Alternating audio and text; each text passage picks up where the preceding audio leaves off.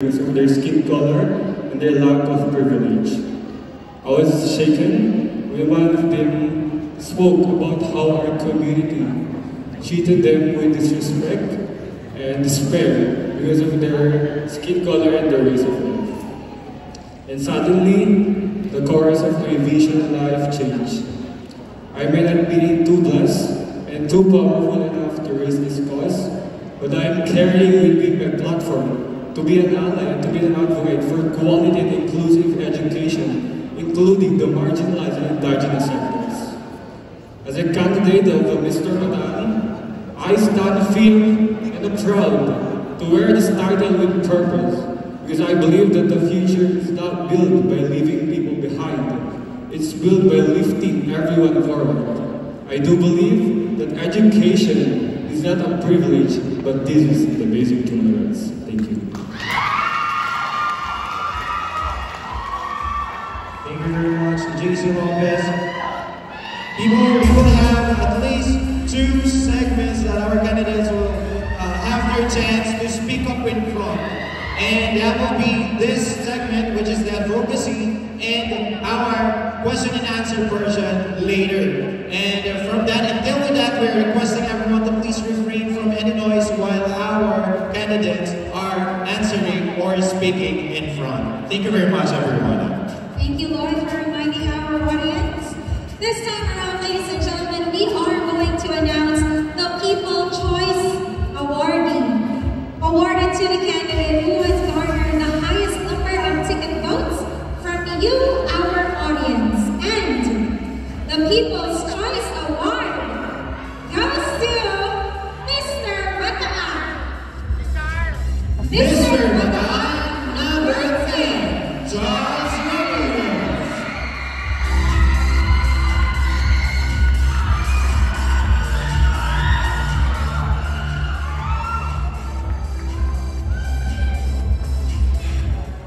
As a candidate of Mr. Bataan, I stand here not just to wear anything, but to help and to have aware, because there's a lot of people who's judging us, and I believe that protecting mental health is the best. I hope to inspire our future young men are not only heard and protected, but also empower them to rebuild their lives with strength and dignity. And today, I will be their voice, and I want to help them to have a purpose too. Thank you. Thank you very much. That is our People's Choice Awardee. And for our fast track, third fast track award is the National Costume Award. This recognizes the best representation of culture and creativity on traditional wear. And the winner for our national costume is Mr. Bataan. Mr. Bataan, number 7. Ronald David Leslie.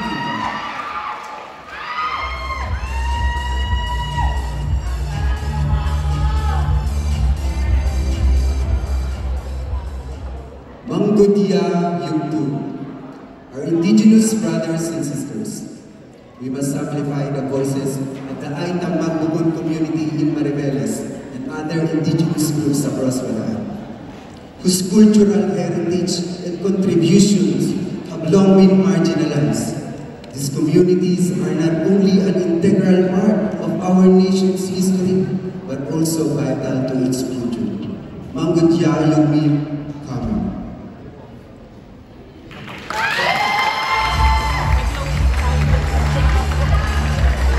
Thank you very much. Who will be the next one to deliver this advocacy? We will know, because we are now going to announce the rest of our top 10. You are now part of the top 10. Mr. Bataan, number. Mr. Bataan, number 14. Nico Marquez.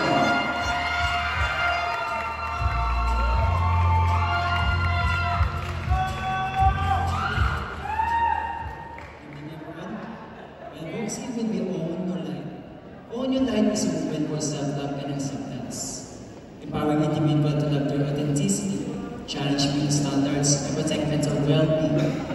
True competence begins with self-acceptance, loss, and all. Through social media campaigns, community talks, and collaborations with mental health advocates, we create a supportive space where self-love is accepted. When we own our life, we inspire others to do the same. We radiate confidence, kindness, and strength.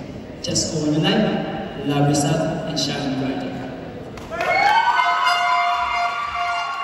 Thank you very much. That is Mr. Bataan from Argentina. And now, you're also part of our top 10, Mr. Bataan number, Mr. Bataan number 8, Mark John Quiroz.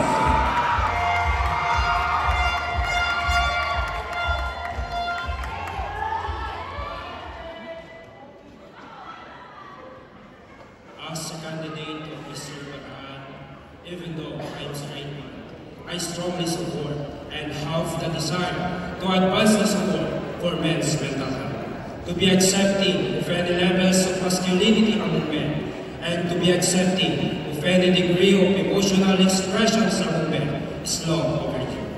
Thus, I am eager to be the voice of every single individual who identifies as a man, to be able to express their emotions, passion, and identity whenever and wherever they are, as we should be able to take care for our psychological wellness. Break the stigma against mental illness. Break the stigma against men expressing themselves. I am Lord John Quiroz, your Mr. Bataan.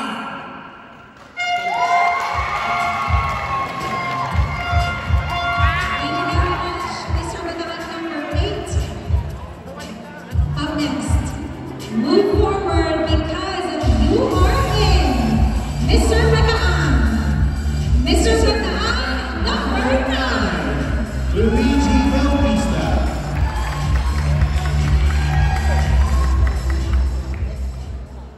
Hello, good evening everyone. Kumusta? Okay lang. Alam ko, palagi nyo naman naririnig. Pero, kailan nyo ito nasagot ng totoo? Maraming tahimik na lumalaban, takot magsalita at walang makausap. At ngayon, pagtanto ko na hindi dapat ito maging normal. Kailangan na natin pag-usapan ang patungkol sa mental health. Marami ng tahimik na nahihirapan sapagkat wala silang ligtas na espasyo para sila'y makapagsalita. Musta na kaya talaga yung kalagayan natin ngayon? Sana mas maraming sumuporta at maraming umaksyon at proteksyon. Libreng konsultasyon, medical policies, at higit sa lahat, responsableng paggamit ng social media. Tayo ang sagot. Tayo ang pagbabago. Tayo ang mag-uumpisa ng simpleng pangungumusta. Kaya ngayon, hayaan niyo akong tanungin kayo. At sana, tanungin niyo din yung mga katabi niyo. Kamusta ka? Isang paalala na hindi bayad o hindi natin binabayaran ang pangangamusta. Muli, ako si Luigi Bautista, your Mr. Bataan, Pilar.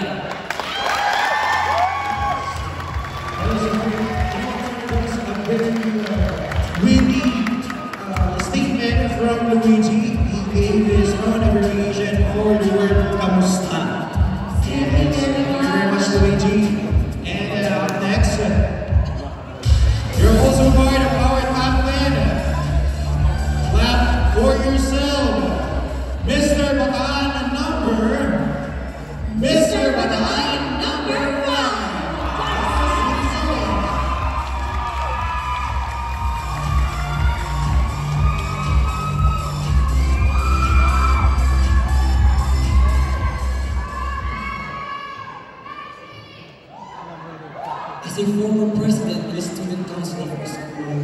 have learned that our youth have endless potential.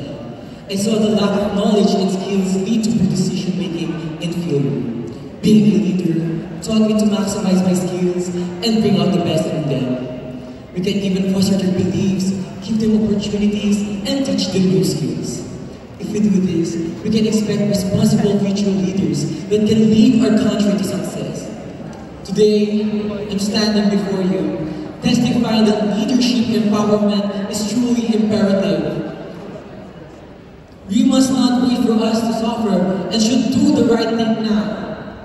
In the end, I truly believe that our society can truly progress if we empower our young people to take their spaces and become leaders in the world. The road will be tough, but if we work together, the sun will rise and shine as we have created a world for our future leaders to come. Thank you very much and good evening.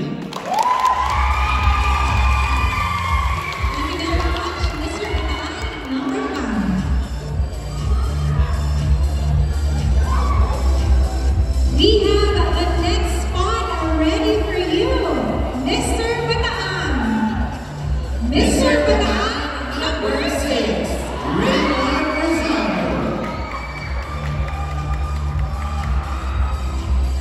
Once again, people, we are requesting everyone to please refrain from any noise while our candidate are speaking in front. Thank you so much, everyone. I'm sorry if this will seem something.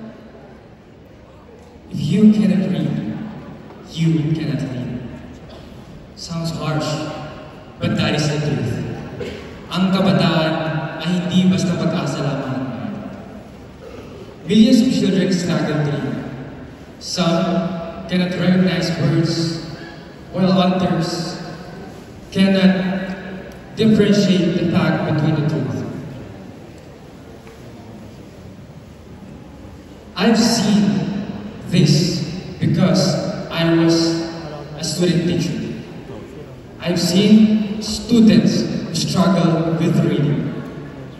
I've seen them because they were suffering. Alamin, reading is power. Basahin. It shapes workers, leaders, and voters. Kami din. Education provides opportunity to everyone. At dapat, we must act now. Pagkata. As Mr. Bataan 2025, I will champion Project to Plan. It is an initiative that unites teachers, local governments, and private sectors to help children master the fundamental skill of reading. Because if we want a strong nation, we need literate generation. Kaya, ang kabataan hindi basta pag-asa lamang. Dapat natin silang bigyan ng tulong upang maging kinabukasan.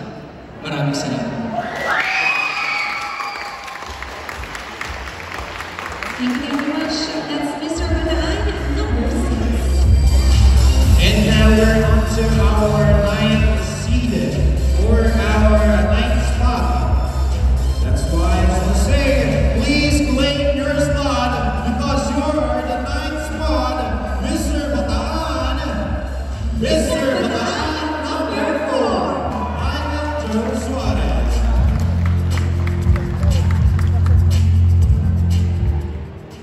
Magandang gabi. Ang aking advokasya ay elderly welfare. Ito ay isang paraan ng papasalamat sa mga nakakatanda at isang inspirasyon ng mga kabataan upang maging mapagmahal hindi lamang sa ating mga magulang, kundi sa bawat nakakatanda na ating nakakasalumuha sa bawat araw.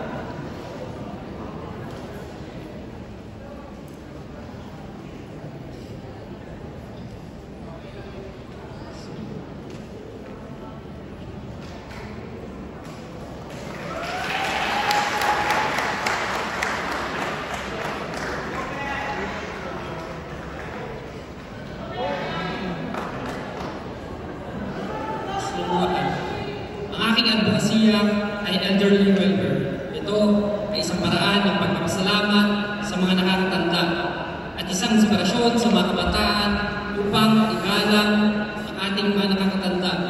Dahil sa kanilang buhay, minsan sila ay sumuporta at nagmubog sa mga kabataan na katulad ko, katulad ng mga kandidatong narito. Kaya naman, lumaki kaming mga Diyos, mga bayan at mga tao. Thank you very much, Michael Jules Rales. Sumatangan number 4. And we have one last slot in the top 10. Sino kaya ang mag-fill ng spot na ito? Number?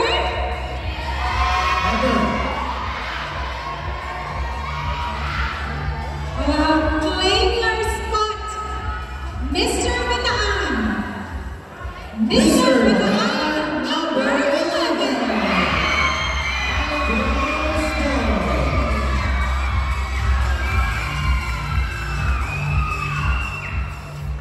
Good evening, everyone. Life presents many setbacks and challenges. It is a point in our lives where we should stand tall, keep a level head, and have a brave heart. Resiliency is what I embody because it governs all aspects of life. The drive to study for academics, the struggle to push through at work, and the courage to go through life's harshest conditions. It's about having hope when there is none. It's about believing when nobody else does. And it's about pushing to your limits and beyond. Because resiliency allows us to never give up and always do our best. And resiliency helps us create a life worth living. And I know from the bottom of my heart that dreams come true for those who work, hope, and believe. I am Nigel Clay D. Apostol, and I believe.